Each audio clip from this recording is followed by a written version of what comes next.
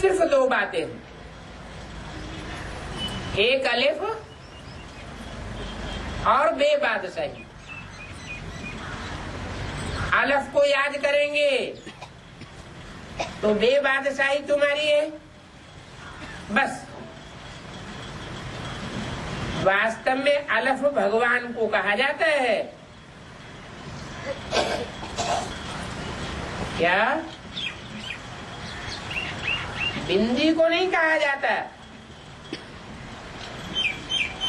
बिंदी निराकार को भगवान नहीं कहेंगे।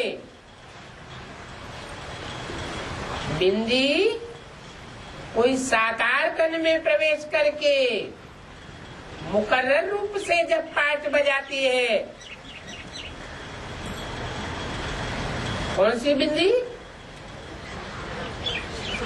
सुप्रीम सोल, जो कभी जन्म मरण के चक्कर में नहीं आता है। जो बिंदी रूपी आत्मा सदैव कल्याणकारी पाठ बजाने वाली है,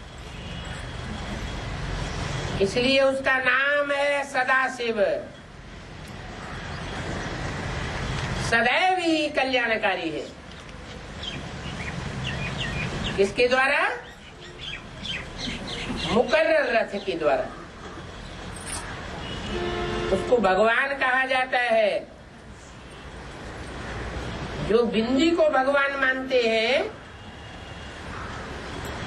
वो क्या बन जाते हैं?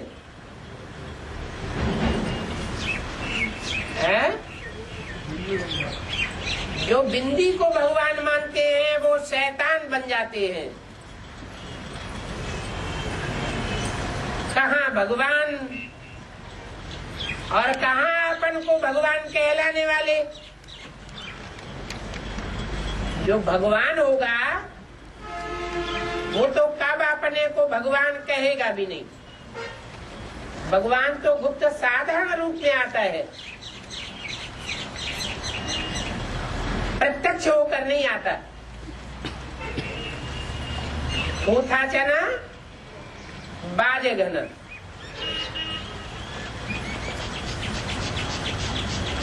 जो भरी हुई गगरी होती है वो छलकती है या स्थिर रहती है? स्थिर रहती है। जो आधी गगरी होती है, पूरी भरी हुई नहीं होती है, वो छलकती है। भगवान तो भरपूर है, उसे अपने को प्रत्यक्ष करने की दरकार नहीं है।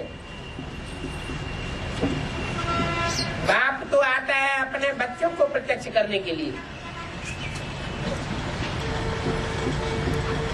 जब बच्चे प्रत्यक्ष हो जाते हैं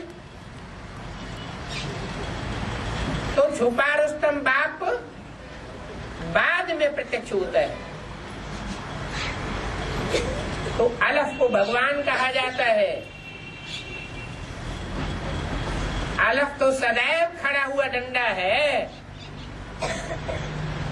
वो पुरुषार्थ में कभी संशय बुद्धि होकर के नीचे नहीं गिरता। खड़ा हुआ डंडा नहीं बन सकता।